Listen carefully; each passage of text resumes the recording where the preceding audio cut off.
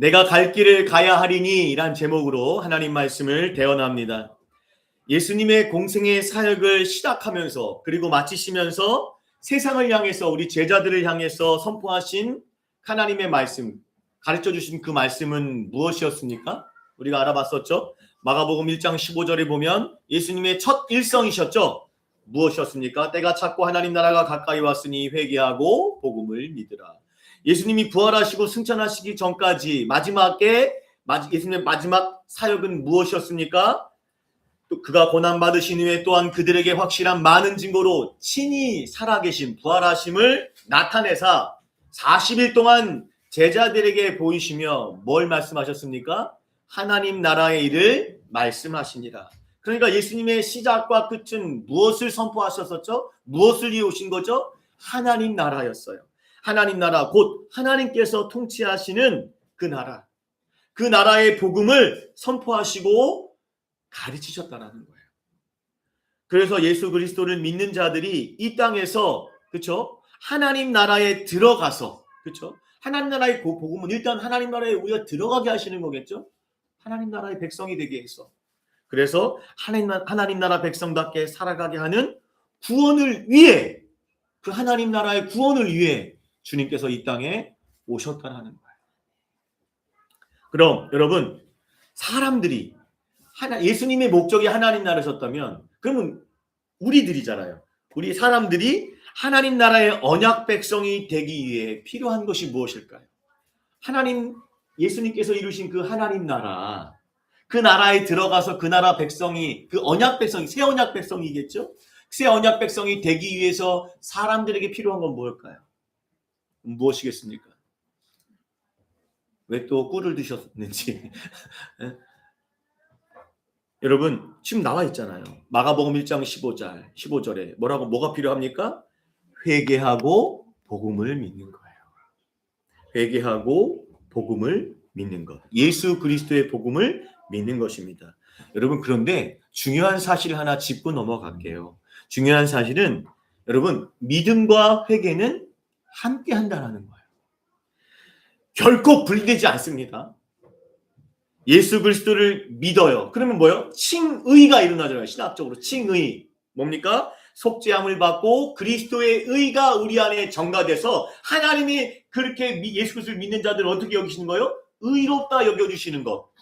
칭의가 일어나지 않습니까? 그런데 여러분, 그렇게 의롭다 여김받는 자는요, 반드시 뭐가 일어납니까? 회개의 삶. 칭의와 연결된 다른 말로는 성화죠. 회개의 삶, 성화의 삶으로 이어져서 그 믿음이 증거된다라는 거예요. 심각한 얘기 하나 해볼까요? 나는 예수 그리스도를 믿는데요. 그런데 성화의 삶이 일어나지 않아요. 회개의 삶이 일어나지 않아요. 그럼 왜 그런 걸까요? 우리를 위하여 십자가에 죽으신 예수님의 능력이 부활하신 그 능력이 부족한 걸까요? 아니면 진짜 믿지 않는 걸까요? 심각하게 받아들여 주셔야 돼요. 주님의 능력이 부족한 거예요? 아니면 내가 진짜 믿지 않는 거예요? 그 기준이 어디에 있다라는 거예요? 입술의 고백이 아니라 회개의 삶, 변화된 삶, 성화된 삶. 그렇죠?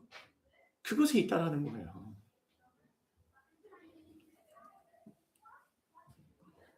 또 한 가지 주목할 사실을 좀 나눠보고자 합니다.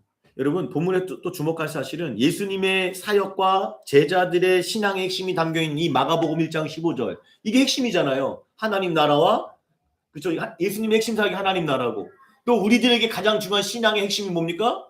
회개하고 복음을 믿는 것. 그렇죠? 이게 마가복음 1장 15절. 그래서 되게 중요합니다.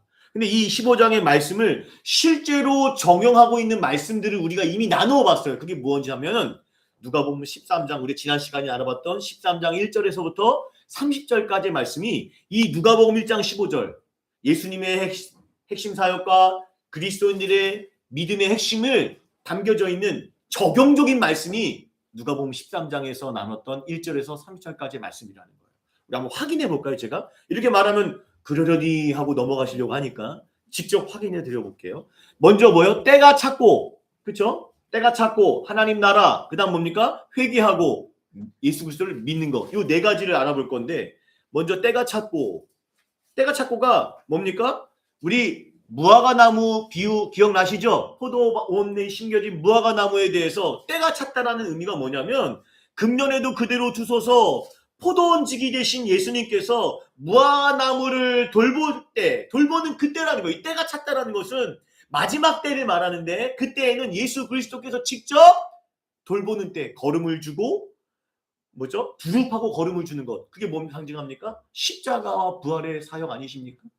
그걸 통해서 그때라는 거예요. 그 은혜의 때가. 그래서 사도 바울은 이걸 뭐라고 말합니까? 지금은 은혜 받을 만한 때요. 구원의 때라. 왜요? 예수님께서 복음을 완성하셨잖아요. 그럼 동시에 어떤 때, 이 때가 찼다는 얘기에 또 뭐가 있었습니까? 마지막 기회라는 거예요. 원래는 심판이 선언됐지만 포도원지기가 요청했잖아요. 금년에도 1년이 유예된 거, 1년이 유예된 거. 마지막 기회가 유예가 된 거예요. 종말이 임박한 마지막 기회 때로서 때가 찼고 그게 지금 누가복음 13장에서 적용하고 있다는 거예요. 때가 찼어요. 구원받을 때가 찼고 마지막 기회가 찼다는 거예요. 이제 더 이상 기회가 없습니다. 그게 때가 찼고 이걸 적용하고 있죠. 또 뭐였죠? 누가복음 1장 15절 핵심 하나님 나라가 가까이 왔으니 이미 임하였다는 거죠. 이게 어디에 있었습니까? 여러분 누가복음 13장에 어떤 사건이 있었습니까? 18년 동안 마귀에 매어있던 여인이 예수 그리스도를 통해 뭐예요? 자유하게 됐잖아요. 이 사건은 단순히 병고침을 받았다라는 어떤 치유의 사건의 단적인 의미가 아니라 뭡니까? 예수님을 통해서 마귀가 쫓겨갔잖아요. 하나님의 나라가 이미 임하였다는 것을 보여주는 사건이라는 거예요. 하나님 나라가 가까이 왔으니 주님은 말씀이 뭘로 보여준 거예요? 마귀를 쫓아내는 이 여인을 회복시키는 사건으로 증거하고 계신 거예요. 이미 임했다. 보여주고 계신 거예요. 이해되시죠? 또 뭡니까? 회개하고는 뭡니까? 회개하고 우리 누가복음 13장에 주님이 두 번에 걸쳐서 말씀하셨죠? 너희도 만일 회개하지 아니하면 이와 같이 뭐 한다? 심판을 당할 것이다. 두 번에 걸쳐서 주님이 강조하고 계셨어요. 사람들에게 외쳐주셨어요. 회개하고. 마지막이 뭐요? 믿으라. 믿으라죠? 복음을 믿으라. 이게 뭐예요? 우리 지난 시간에 왔던 좁은 문으로 들어가기를 힘쓰라. 누구를 믿는 거예요? 예수 그리스도. 좁은 문이신 예수 그리스도를 우리의 구원의 문, 좁은 문이신 예수 그리스도를 믿기를 힘쓰라. 힘쓰라는 건 뭐였습니까? 믿음의 선한 싸움을 싸우라는 거 아닙니까? 끝까지 믿음을 지켜라. 복음을 믿으라. 믿으라는 게 단회적인 사건이 아니에요. 예수 그리스도 믿으십니까? 아멘. 믿습니다. 끝! 이게 아니라 그 믿음을 어떻게 해요? 끝까지 믿음의 선한 싸움을 싸워가면서 가정에서, 직장에서, 때로는 내가 있는 삶의 현장에서 지켜야 될 게 뭐예요? 연봉입니까? 여러분의 이름, 네임 밸류입니까? 경력입니까? 아니요. 믿음이. 그 적용해주고 있는 말씀을. 그리고 누가복음 1장 15절의 말씀은 오늘 우리가 나눈 본문 31절 35절 말씀과도 연결됩니다. 여러분 공생애를 시작하면서 예수님께서 뭐라 하셨죠?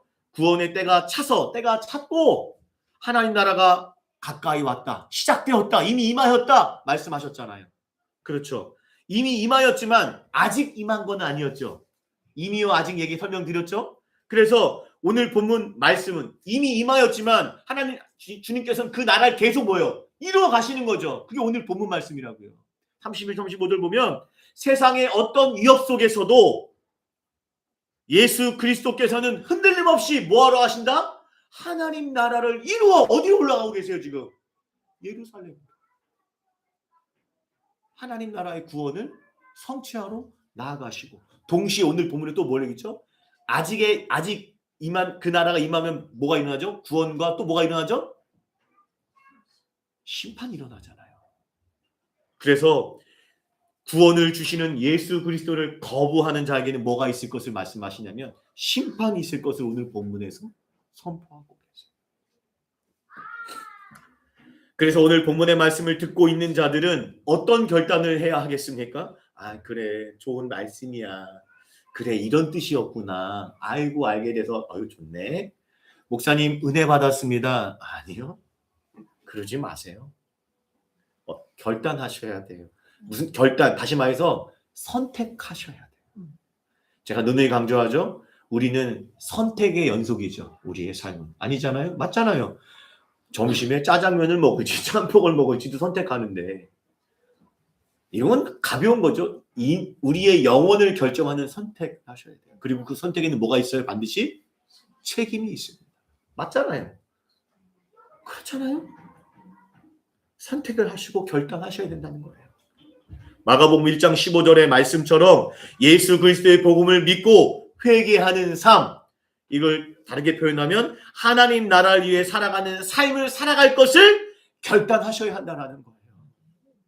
우리가 오늘 말씀을 나눌 때에 예수 그리스도를 믿는 결단, 한번 믿습니다, 한번 세게 믿습니다, 세게 하라는 그 결단이 아니라 끝까지 믿음을 지키며 살아갈 것에 대한 결단이에요.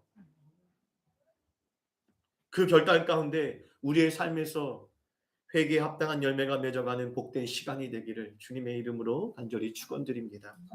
오늘 본문의 시작인 31절은 한 바리새인들, 어떤 바리새인들의 말로 시작을 해요.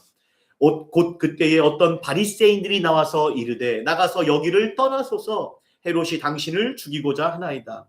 이걸 보면 모든 바리새인들이 예수님을 다 공격했던 것은 아닌 것 같아요. 그렇죠?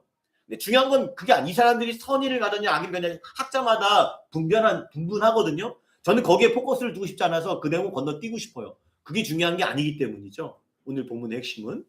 그런데 나와서 얘기를 하자. 뭔 얘기 줬습니까? 헤롯이 당신을 죽이고자 합니다. 요 헤롯은 누구입니까? 요 헤롯은, 헤롯 하면 우리 생각하는 뭐예요? 성탄절에, 그쵸? 동방박사를 협박했던 그 헤롯? 그쵸? 아이들을 그냥 집단으로 살해했던 그 헤롯. 로 생각하는데 그 헤롯이 아닙니다. 제가 그래서 헤롯 가게도 좀 알아야 될 것 같아서 정리해봤어요. AI를 사용했습니다. 이것은. 자, 헤롯 대왕이 우리가 알던 예수님이 어렸을 때 2살의 아이를 모두 죽였던, 예수님을 죽였던 그 헤롯은 헤롯 대왕이라고 해요. 헤롯 대왕. 그 헤롯 대왕은 온 유대를 통치했어요. 근데 그가 죽으면서 그 아들들이 유대 땅이 분할이 됐어요. 그래서 분봉왕들이 생겼어요. 분봉왕. 4분의 1, 25%만 달려도 분봉왕이라고 불러요. 한글 번역은요. 4명의 아들 통치했는데 아켈레오 뭐 이렇게 있는데 우리가 주목할 사람이 누구냐면 요 사람이에요. 헤롯 안디바. 이 헤롯 안디바. 그러니까 이 헤롯 안디바가 누구냐면 동생 헤롯 빌립의 아내를 무력으로 제 앞에서 빼앗았죠.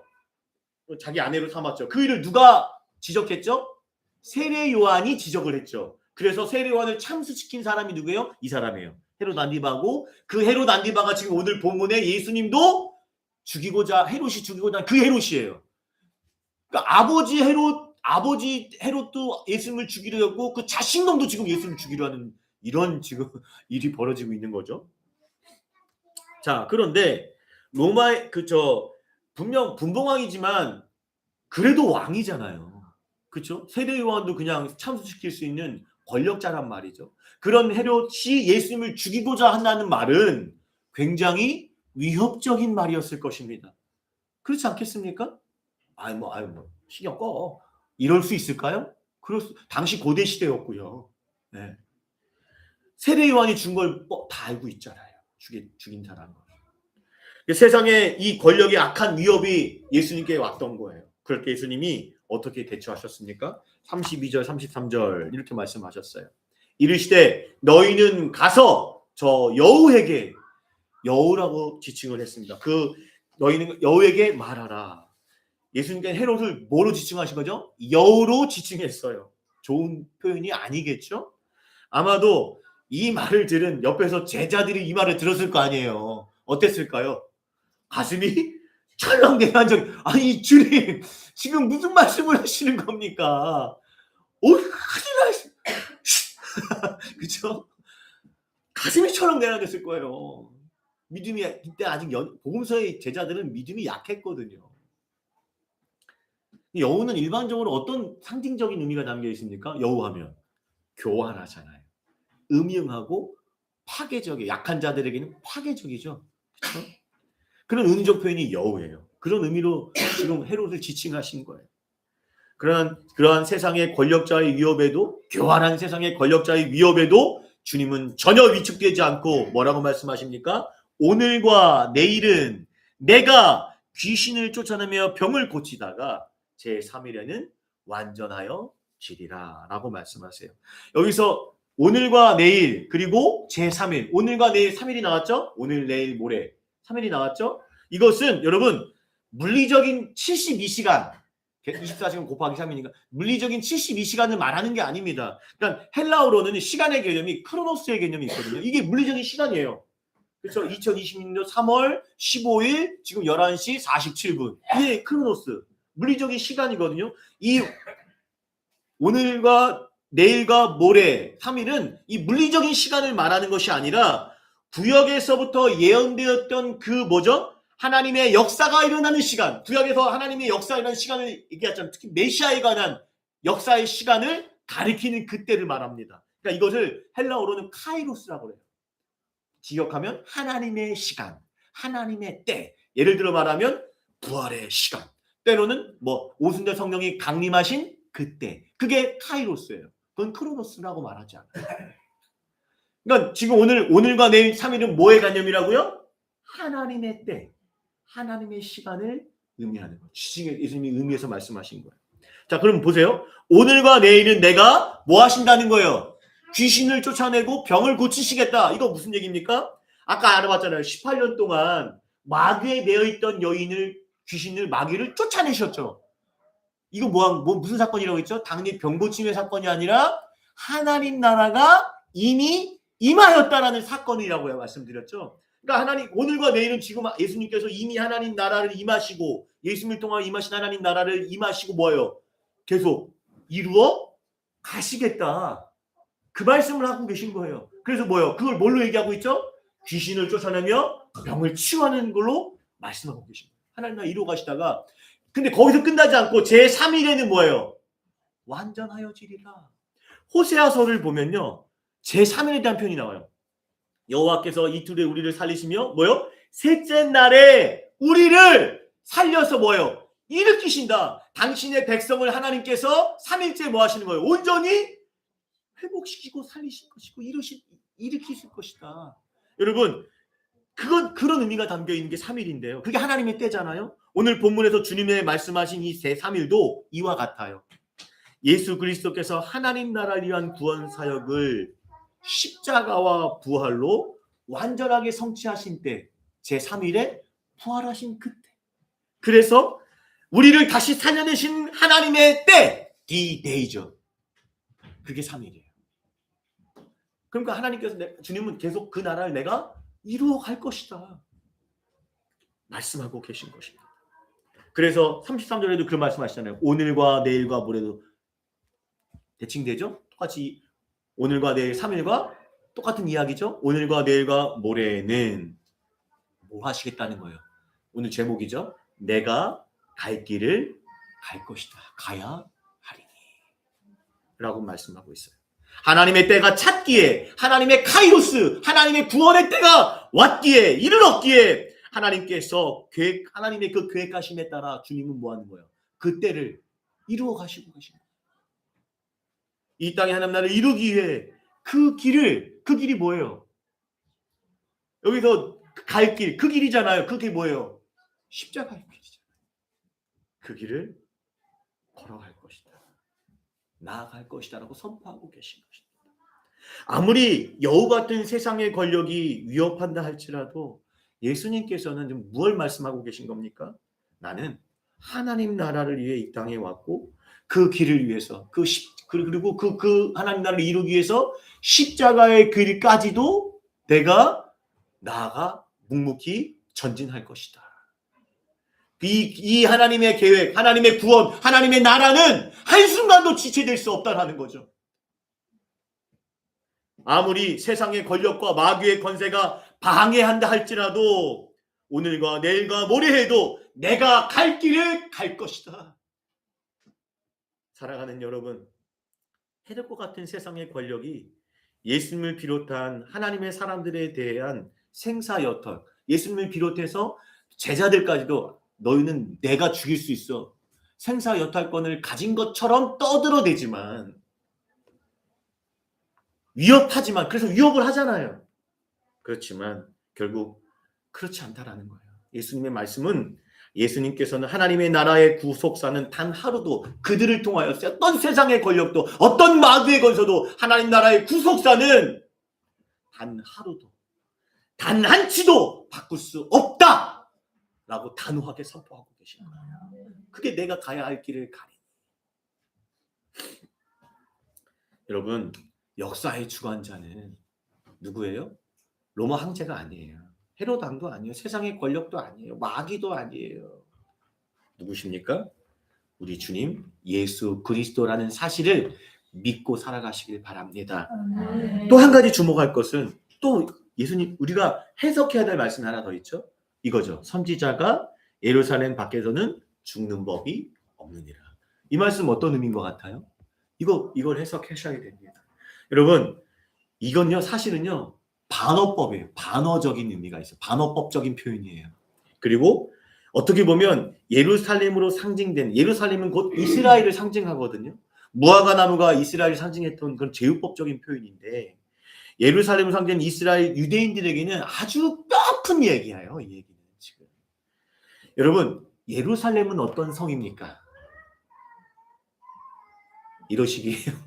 예루살렘은 예루살렘이죠. 그러지 마. 예루살렘은 어떤 성이에요? 하나님의 성전이 있는 거룩한 성이잖아요. 하나님의 성전이 어디 있어요? 예루살렘에 있잖아요. 그러니까 하나님의 성전이 있는 거룩한 성이 예루살렘 성입니다. 그런데 여러분, 그렇게 거룩한 하나님의 성이 되어야 될 예루살렘은 어떤 성으로 바뀐 거예요? 예수님 말씀처럼 예루살렘은 어떻게 해요? 하나님의 선지자들, 하나님 보내신 구약의 선지자들을 핍박하고 죽이는 반역의 도성이 되었다라는 거예요. 겉으로는 성전에서 수많은 짐승 제사를 드리죠. 그런데 안으로는 뭐예요? 성전 청결 사건에서 보았듯이 강도의 소굴이 되었다라는 거예요. 그리고 하나님의 선제를 잡아 죽이는 성이 되었다라는 거예요. 그래서 예수님이 이런 말씀을 하시는 거예요. 선지자가 예루살렘 밖에서는 죽는 법이 없느니라. 선지자가 예루살렘에서는 대접받아야죠. 선지자의 말을 듣고 순종해야죠. 그런데 죽어야 돼요. 그만큼 예루살렘이 당시 구약의 이스라엘이나 당시의 이스라엘이 하나님의 선지자들을 죽여 선지자들의 무덤이 되었다라는 뼈를 때리는 말씀을 지금 하고 계신 거예요. 무엇보다 선지자뿐만이 아니죠. 이제 당신께서도, 예수님 당신께서도 하나님께서 보내신 마지막 선지자로서 모든 구약의 선지자를 가리켰던 그 선지자, 그렇죠? 모세가 말 나와 같은 선지자, 모세가 예언했잖아요. 메시아, 그 메시아로서 지금 예수님이 어디로? 예루살렘에 올라가서 뭐예요? 구약 유대인들의 손에 구약 선지자들이 죽임을 당했던 것처럼 예수님께서도 지금 어떻게 해요? 박해를 받으시고 죽임을 당하실 것을 말씀하고 계신 것입니다. 사랑하는 여러분, 이 땅에서 예수님이 당하신 유혹과 어려움이 있었어요. 이 땅에서도 예수님께서도 위협을 당하시고 어려움을 당하시고 결국에 사람들의 손에 십자가의 죽임을 당하셨어요. 그러면 주님을 따른다고 고백하는 우리 제자들의 삶은 어떨까요? 만사형통일까요? 그거는 주님의 삶을 모르고 믿음이 뭔지도 모르는 거죠. 우리에게는 이런 위협과 어려움이 없을까요? 있습니다. 우리 그리스도를 위협하는 현대판 여우 있죠. 현대판 헤롯? 왜 없어요? 있잖아요. 그 여우가 뭘로 바뀌었어요? 물질로 바뀌죠. 물질로 우리를 위협하죠. 물질로 우리를 누르잖아요. 때로는 질병으로, 때로는 자녀의 문제로, 사람들의 핍박으로 우리의 믿음을 위협해요. 그래서 우리가 그 믿음으로 살아가는 하나님 나라를 이루지 못하도록 우리를 압박을 해요. 숨누르잖아요. 숨도 쉬게 못하게 만들잖아요. 제가 당해봐서 안다니까요. 숨도 쉴 수가 없어요. 제가 진짜 미치겠더라고요. 사업에 실패해서 어려운 있을 때는 숨도 못 쉬겠더라고요. 전화기가 울리면 가슴이 철렁 내려앉는 거야. 빚 갚으라고 전화 오는 전화. 그거 나이 32에 33세요. 무슨 하나님 나라를 생각할 겨를이 있겠어요? 그렇게 우리를 눌러요. 우리를 압박을, 우리를 위협하고.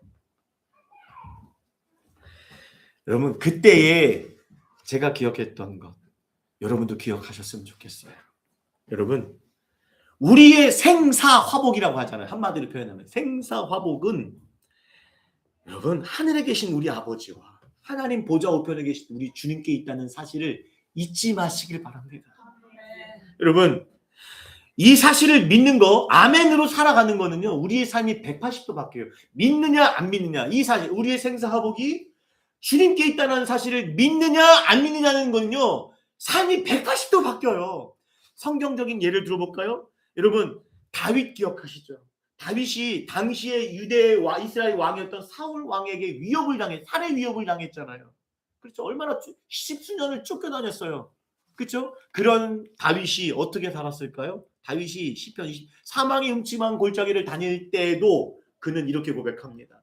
여호와는 나의 빛이요 나의 구원이시니 내가 누구를 두려워하리. 여호와는 내 생명의 능력이시니 내가 누구를 무서워하리. 또한 무릎 소개해 볼까요? 여러분, 사도행전 16장에 가면 우리가 잘 아는 바울과 실라가 등장을 합니다. 그들이 어딜 들어가요? 빌립보 성에 들어가요. 복음을 들고 들어가요. 복음을 전하는데 빌립보 성 사람들이 바울을 무고로 고발합니다. 그래서 어떤 일이 벌어지냐면 복음을 전하는 것뿐인데 어떤 일이 벌어집니까? 매로 치고 깊은 옥은 사형수들이 잠기는 저 깊은 옥을 말해요. 이제 곧 죽을 수 있다는 얘기겠죠. 갇히게 돼요. 그게 사도행전 16장 22절 24절 말씀이거든요. 그렇게 매로 치고, 당시의 매는요 그냥 뭉둥이 찜찜 몇 개 한 게 아니라 뭐예요? 채찍질을 받은 거예요. 채찍질에는 녹 같은 게 있어갖고 한번 뼈 조각이 붙어서 한번 때릴 때마다 살점이 떨어져 가요. 그쵸? 이거 맞고 죽는 사람도 있다는 역사적 기록이 있거든요. 그 매를 치료를 당하고 깊은 옥에 갇힌 거예요. 이제 언제 죽을지 몰라요. 그런데 그들이 어떻게 반응했습니까? 바울과 실라가 어떻게, 그들의 지금 삶의 고난과 위협 속에서 그들은 어떻게 반응했습니까? 25절 한밤중에 바울과 실라가 어떻게 했어요? 기도하고 하나님을 찬송했습니다. 여러분, 바울과 실라가 너무 맞아서 미친 정신줄을 놓은 건가요? 아니요. 그들은 이 땅에서도, 이 땅 이후에서도 자신들의 생사화복이 주님께 있다는 사실을 믿었어요. 지금 당신의 자신들의 상황은 어떤 상황이에요? 이 상황이잖아요. 살고 죽는 것, 화복. 근데 지금 자신들의 상황은 어떤 상황입니까? 죽고 고난 가운데 있는 상황이잖아요. 근데 그들은 믿은 거예요. 이 죽음에서 영생의 생명으로, 이 고난을 참된 안식과 영광으로 우리 주님께서 나를 끝까지 인도하시고 책임져 주실 분이라는 것을 믿고 살았으니까 이 상황 속에서도 우리 같은 뭐예요? 사태질 했겠죠. 주님, 원래 여기도 가기 싫다고 한 거 억지로 보내신 거였거든요. 내가 여기 온다고 했습니까? 내가 지금 뭐 딴짓 했습니까? 왜 나한테 지금 뭐 하는 거냐고 지금 막. 네? 그러나 사도 바울과 실라는 그 깊은 옥에서도 뭐 했습니까? 하나님을 찬송했습니다. 끝까지 믿음을 지키며 살아갔다는 것입니다. 이어지는 34절에서 주님은 예루살렘을 향해 탄식하는 말씀을 하십니다. 예루살렘아, 예루살렘아. 이거 탄식이에요. 이 다윗이 반역했던 아들이 있었죠. 다윗의 그 압살롬. 압살롬에서 마지막 압살롬이 죽을 때 다윗이 뭐라고 불러요? 압살롬아, 압살롬. 탄식의 말. 자신을 반역했던 자들을 향한 탄식. 예루살렘아, 예루살렘아 이렇게 부르셨어요. 그렇게 이렇게 탄식하며 부르신 이유가 뭡니까? 뒤에 나오잖아요. 예루살렘이 뭘 했어요? 아까 얘기했듯이 구약의 선지자들을 죽였어요. 그리고 내게 평년들을 돌로 치는 자라고 말씀하고 있기 때문입니다. 여기서 돌로 치다라는 것은요, 이게 현재 분사예요. 과거형이 아니에요. 현재 분사라는 게 뭐예요? 과거에서부터 지금도 돌로 치고 있다는 거예요. 선지자들을, 하나님 보낸 선지자들을 죽이고 있다. 반복적으로 습관적으로 행하고 있다는 것입니다. 여러분, 구약 이 선지자들이 전한 말씀이 뭐였을까요? 이 구약의 선지자들이 지금 예루살렘 이스라엘 사람들이 이 선지자를 죽였을 때 선지자들은 어떤 사람들이에요? 하나님의 말씀을 전하는 자들이잖아요. 무엇을 전했을까요? 그 선지자들이 전한 메시지의 핵심은 한마디로 정의할 수 있어요. 뭡니까? 슈브. 돌아오라고요. 하나님께 돌아오. 회개하라. 슈브. 히브리어로 돌아오라. 회개하라. 이 뜻이거든요. 그 말씀을 전했을 것입니다.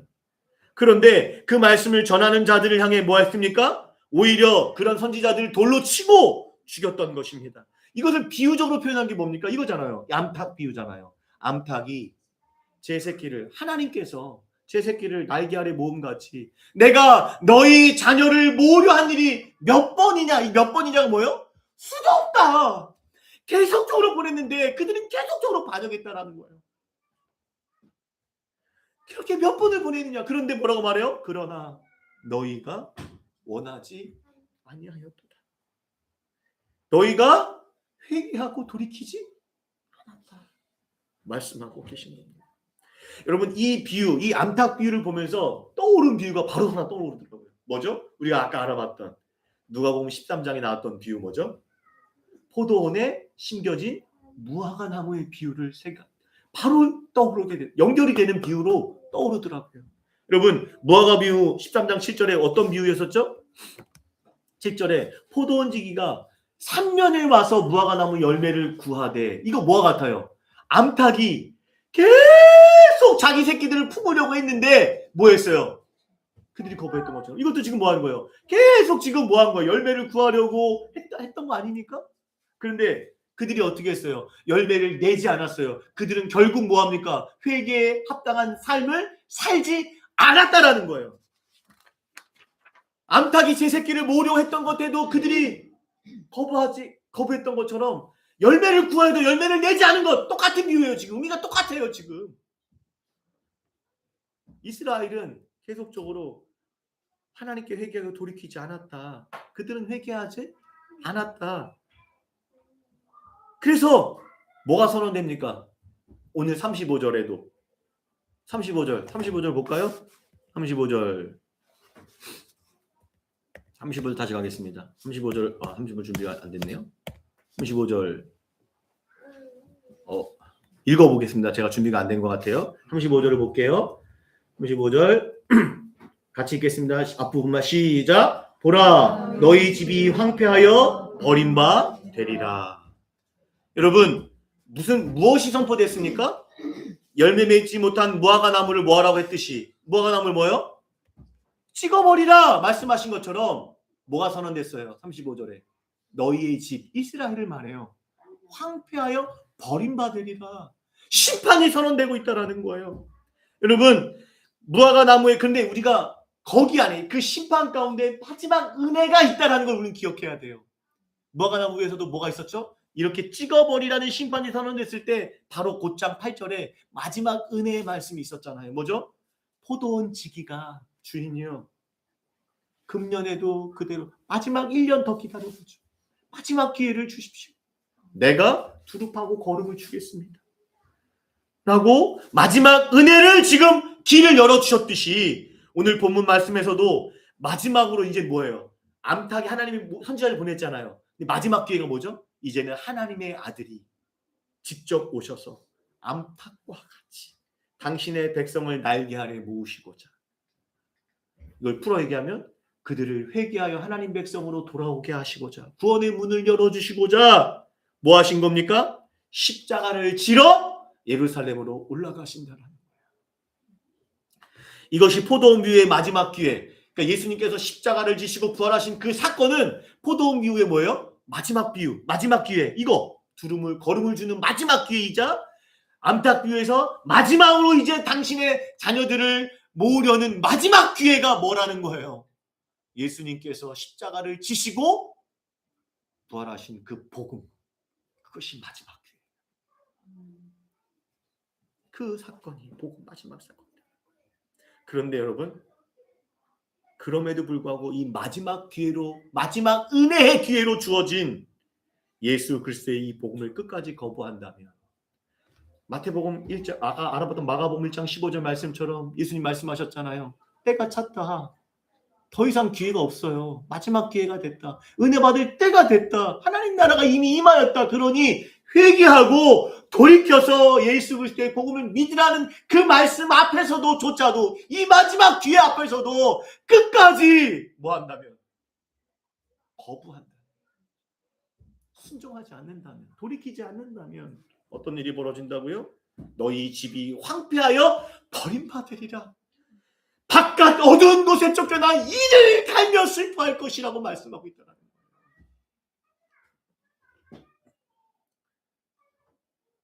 그러면 35절 하반절에 예수님이 이 말씀을 또 하셨잖아요. 뭐라고 말씀하시죠? 내가 너에게 이르노니 너희가 주의 이름으로 오시는 이를 찬송하리로다 할 때까지. 여러분, 요 상황에 주목하셨으면 좋겠어요. 주의 이름으로 오시는 이를 찬송하는 상황. 이게요, 두 부분에서 나타나요. 성경에 두 분에 들어질 건데, 첫 번째는 이제 오늘 본문의 상황에서 얼마 되지 않아, 지금 주님 어디로 올라가고 계시죠? 예루살렘을 입성할 때 이 상황이 일어날 것입니다. 마가복음 1장 11장 7절, 예수님께서 나귀를 타고 예루살렘 입성할 때에 사람들이, 그쵸, 겉옷을 깔고 나무를 깔고 앞들어가면서 소리를 지르 외치죠. 호산나, 호시엔나, 뭐죠? 이제 구원하소, 이런 뜻이거든요. 호시엔나, 찬송하리로다, 주의 이름으로 오시는 이여. 똑같죠 지금? 그쵸? 찬송하는 상황이 발생을 합니다. 기억하시죠? 입성할 때. 그런데 입성하고 그 더 며칠 지나지 않은 금요일 밤, 금요일 아침이죠. 목요일 밤부터 금요일 아침쯤 되겠죠? 그쯤에 어떤 일이 벌어집니까? 빌라도의 법정에서 어떤 일이 벌어집니까? 그들이 소리질러 예수님은 십자가에 못 박게 하소서라고 말합니다. 아마 이 그들은 예수님이 입성을 하실 때에 호산나 찬송하리라 했던 그 무리들 중에 일부겠죠. 많은 사람들 중에 일부였을 것입니다. 그런데 이 두 장면을 봤을 때에 중요한 교훈이 있다라는 거예요. 뭐가 있겠습니까? 여러분, 예수님을 찬송했던 이 사람들, 예수님이 입성할 때에 찬송했던 사람들 중엔 두 부류가 있다라는 거예요. 먼저 첫 번째 부류는 어떤 부류입니까? 지금 이 사람들처럼 예수님께서 메시아로 우리를 로마의 속죄로 구원하실 분으로 아셨는데 뭐요? 지금 로마에 붙잡은 십자가를 지게 생기니까 뭐합니까? 그들은 돌변을 한 거예요. 예수님을 못 박으라고 말했던 부류가 있을 것입니다. 그리고 또 한 부류는 소수였지만, 우리가 이제 봉설 보면요, 예수님이 십자가를 지실 때 가슴을 치며 울었던 예루살렘의 여인들이 있었어요. 그리고 예수님의 십자가에 끝까지 따라갔던 갈릴리에서 따라왔던 여인들과 어머니 마리아, 그리고 예수님의 제자들 중에 유일하게 예수님의 십자가 밑을 지켰던 사람이 있었죠. 누구죠? 사도 요한. 그렇죠? 어머니를 부탁하게 했던 사도 요한. 그리고 뒤늦게 십자가 때는 지키지 못했지만 뒤늦게 회개하고 돌이켰던 제자들까지, 그 부류들은 예수님의 십자가의 길을 따라갔던 부류들. 이 두 부류가 있었어요. 예수님 입성하실 때 찬송하리로다 다 찬송했잖아요. 제자들도 다 했지만 이렇게 부류가 나눠졌거든요. 근데 중요한 사실은요, 다시 가볼게요. 너희가 주의 이름으로 있는 일을 찬송하리로다, 이 할 때가 첫 번째는 언제 때였죠? 예수님이 십자가를 지러 예루살렘에 입성하실 때가 있었다면, 또 한 때가 있어요. 예수님이 다시 오실 때. 그때예요. 재림의 때에 아마 모든 사람들이 찬송할 겁니다. 하나님, 왜요? 영광 중에 오실 거거든요. 그때는 십자가를 지시는 나약한 예수님이 아니라 철장의 권세를 지시고 만천군 천사를 이끌고 영광 중에 예수님이 다시 오실 때에 모든 사람들이 예수님 찬송하지 않겠습니까? 믿는 사람들이건, 잘 들으세요. 믿는 사람도 찬송하겠지만 믿지 않는 사람들, 더 나아가서 교회는 다녔지만 믿음을 고백했지만 끝까지 믿음을 지키지 않는 사람들도 찬송할 거. 왜요? 영광 중에 오시잖아요. 그런데 제가 뭘 얘기하고 싶은 겁니까? 아까도 두 부류가 있었듯이 이 재림의 때에도 두 부류가 갈라질 것입니다.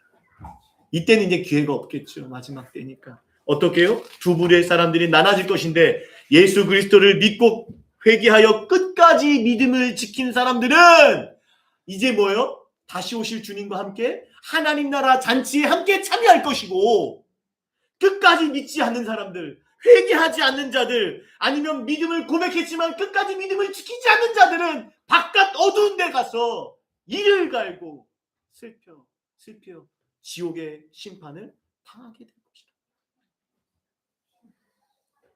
지금 그때로 나눠진다는 사실을 잊지 마셔야 돼요.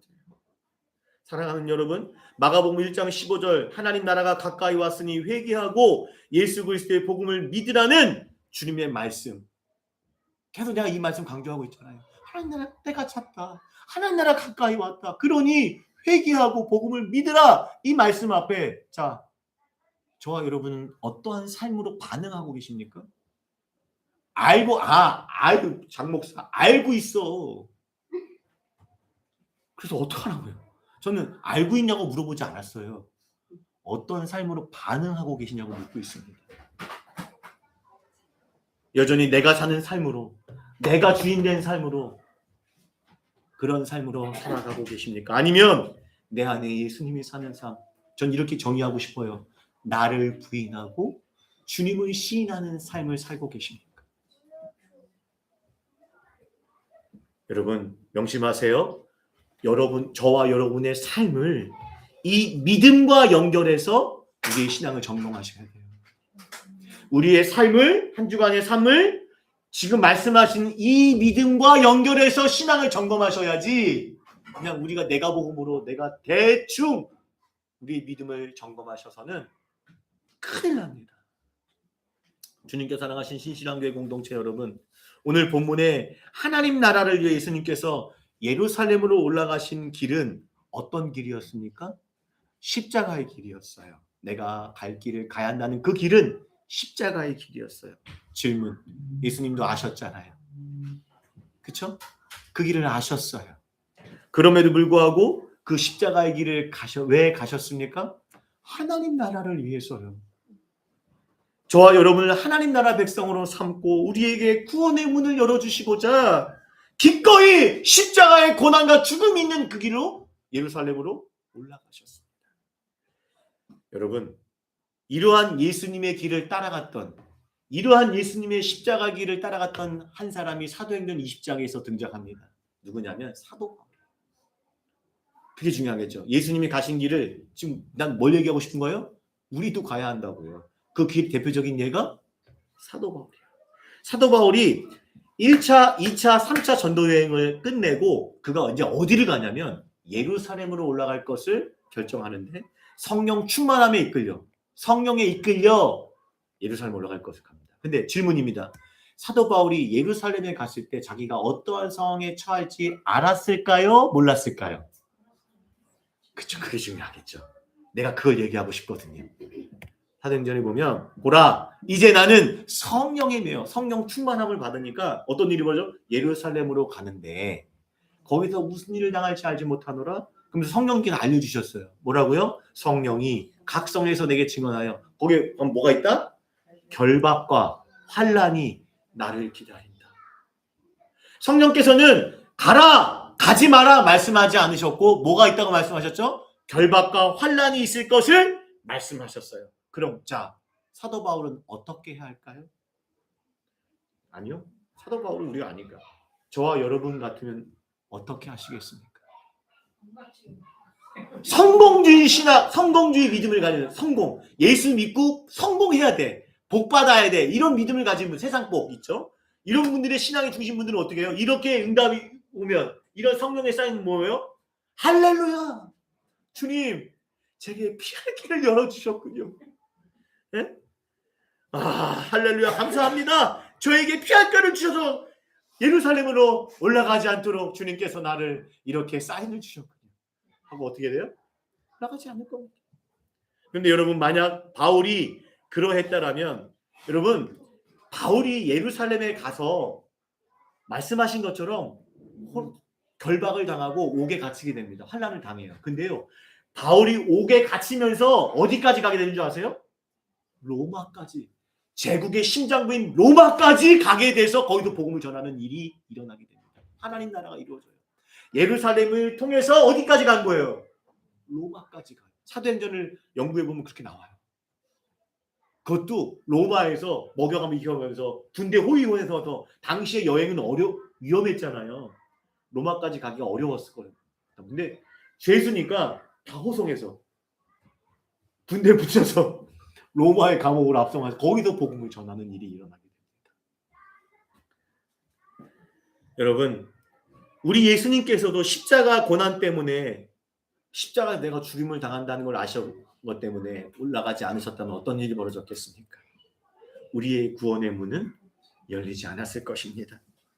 그러나 여우 같은 헤롯의 위협에도 주님은 예루살렘에서 십자가의 죽임을 당한 것을 아시면서도 내가 갈 길을 가야 하리니, 하나님 나라를 위해서, 우리를 위해서 그 길을 가셨던 것입니다. 사랑하는 여러분, 그럼 이제 우리 얘기를 좀 해보죠.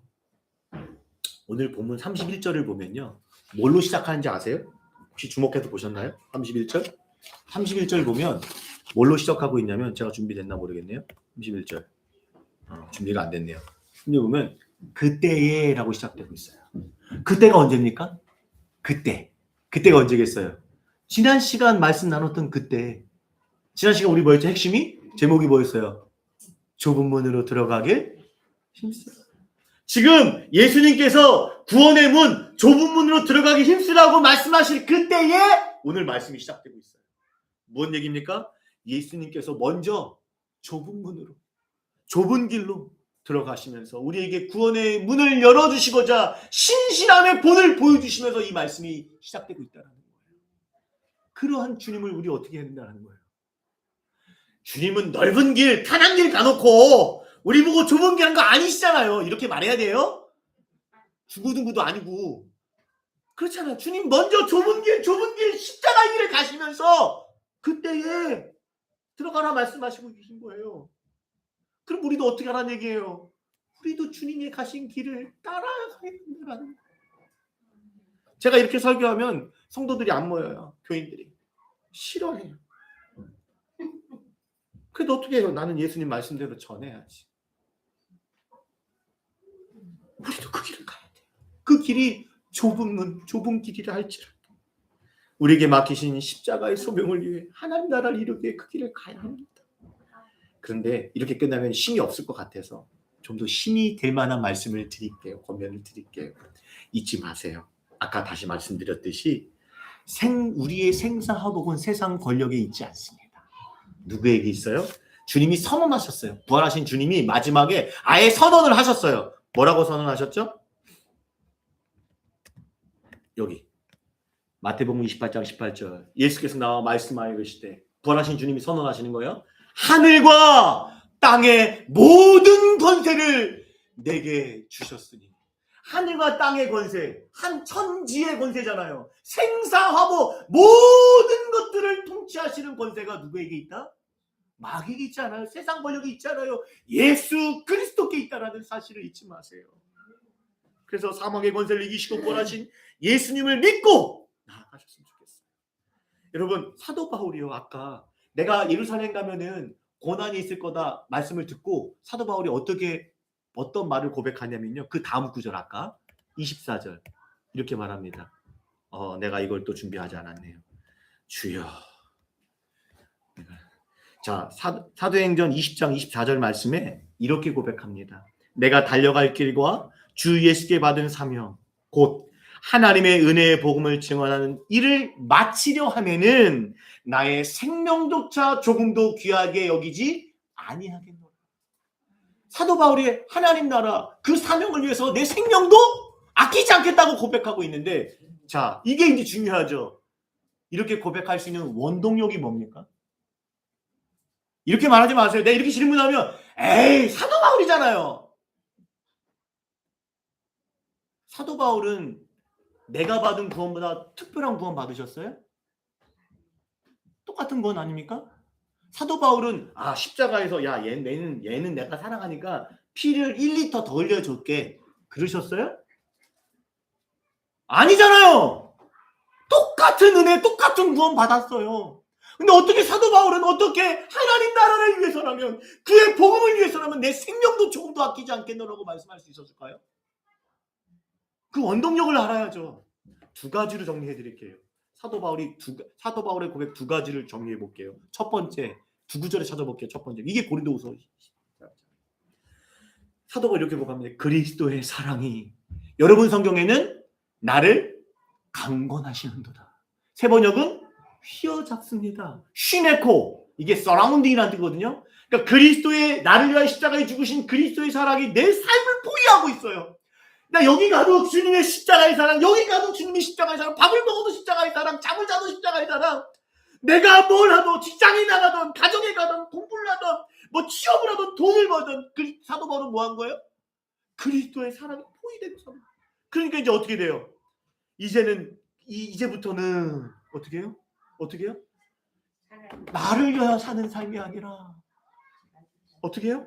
그분을 위하여 살아가는. 그리스도의 사랑이 나를 포기하고 나를 붙잡고 나를 강권하니까 어떻게 살아요? 나를 위해 살던 삶에서 이제는 주님의 나라를 위해서 복음을 위해서, 그래서 생명을 던지는. 두 번째 원동력, 로마서입니다. 로마서에 이런 말씀을 하세요. 자녀이면 또한 상속자, 곧 하나님의 상속자입니다. 아주 이건 아마 잘 들으실 거예요. 내가 자녀이잖아. 하나님의 자녀가 됐잖아. 양자가 됐어요. 그럼 자녀들은 뭐가 있어요? 상속권이라는 게 있죠. 상속권. 자녀 상속하실 거 있잖아요. 상속권이 있죠. 근데 상속받으려면 뭐가 있어요? 자, 보세요. 하나님 나라를 상속받으려면 우리가 그와 함께 영광을 받기 위하여 모두 받으라는 거예요. 고난도 함께 받아야 한다. 이놈의 자식놈의 새끼들이 유산만 썩다 먹으려고 해봐. 좋으세요? 같이 해야죠. 같이 어려움 함께하고 부모의 아픔 함께하고 뭐 그런 것처럼 주님이 우리에게 부활의 생명을, 예수님께서도 부활의 영광이 들어가게 뭘 거치셨어요? 반드시 십자가를 거쳤던 것처럼 우리가 주님의 부활에 참여하기 위해서는 반드시 뭐 거쳐요? 우리도 주님의 십자가의 길을 가야 한다. 이게 논리적으로 맞지 않아요? 이게 맞지 않아요? 이 맞는 거 우리 잘 안 하려고 하잖아요. 영광만 빼먹으려고 하잖아요. 구원만 빼먹으려고. 고난도 있어야 된다. 사도 바울이 이렇게 말하는 건 그냥 주먹국으로 대충 이렇게 해! 믿어! 이게 아니라 18절 이렇게 표현합니다. 그러니까 믿음의 눈을 들어서 그 너머를 본 거예요. 믿음의 눈을 봐서 이 땅의 고난의 삶 이유를 본 거예요. 그래서 뭐라고 말해요? 생각하건대 로기조마이. 이건 뭔지 아세요? 깊이 생각하고 고려하고 이런 거죠. 세상 말로 좀 표현하면 두들겨 대는 거예요. 계속 이게 맞아? 생각하고. 왜? 사도 바울은 가는 곳곳마다 고난이었거든요. 돌에 맞아야 되고 힘들었거든요. 얼마나 우리가 그 생략돼 있어서 그렇지 사도 바울도 사람인데 얼마나 힘들었겠어요. 안 그래요? 얼마나 고통스러웠겠어요. 그것도 동족 유대인들에게 자신 그 유대인의 지도자였는데. 근데 그때마다 생각하건대 사려 깊이 생각해서 나온 결론이 뭐예요? 지금 내가 당하는 이 고난, 내가 주님을 따르는 이 십자가의 좁은 문, 십자가의 길은 장차가 언제겠어요? 다시 오실 주님 앞에 서는 그때 우리에게 나타날 영광, 부활의 영광일 것 같아요. 부활의 영광과 비교할 수 없다. 아멘. 사랑하는 여러분, 그냥 단도직입적으로 물어볼게요. 무엇을 선택하고 사시겠습니까? 지금 믿음을 지키기 위해, 하나님 나라를 위해 당해야 할 오늘의 고난, 이 땅의 잠깐의 그 고난, 그러나 그 장차 그 고난과 비교할 수 없는 부활의 영광으로 들어가는 좁은 문, 그 길, 십자가의 길을 따르며 믿음을 지키며 영생의 길을 가는 그 문으로 들어가겠습니까? 아니면 지금 당하는 고난이 좀 힘들어서, 사람들한테 좀 무시당하는 게 싫어서, 내 자존심 버리기 싫고 내 마음대로 살고 싶어서 주님이 가신 십자가의 길을 버리고 멸망으로 인도하는 넓은 문. 이 땅에서는 아마 좀 편할 것 같지도 않은데, 내가 보기에는, 그렇죠? 그 길을, 그 넓은 문으로 들어가는 삶을 살아가시겠습니까? 뭘 선택하실 거예요? 제가 할 일은 다 했어요. 제가 전할 건 다 전했습니다. 이젠 여러분들이 뭐 하시라고요? 결단, 선택하시면 돼요. 그리고 그 선택의 결단은 여러분들이 책임지시는 거예요. 제가 해줄 수도 없습니다. 사랑하는 여러분, 더 이상 머뭇거리지 맙시다. 세상과 주님 사이에 두 개의 발을 양다리죠. 걸치지 마시고 선택하십시오. 내가 이제부터 예수 그리스도를 위해서 끝까지 믿음의 선한 싸움을 싸우고 내 나라, 세상 나라를 위해가 아니라 하나님 나라를 위해 살겠습니다. 그런 믿음의 결단 가운데 살아가는 우리 신실한교회 모든 식구들이 되시기를 주님의 이름으로 간절히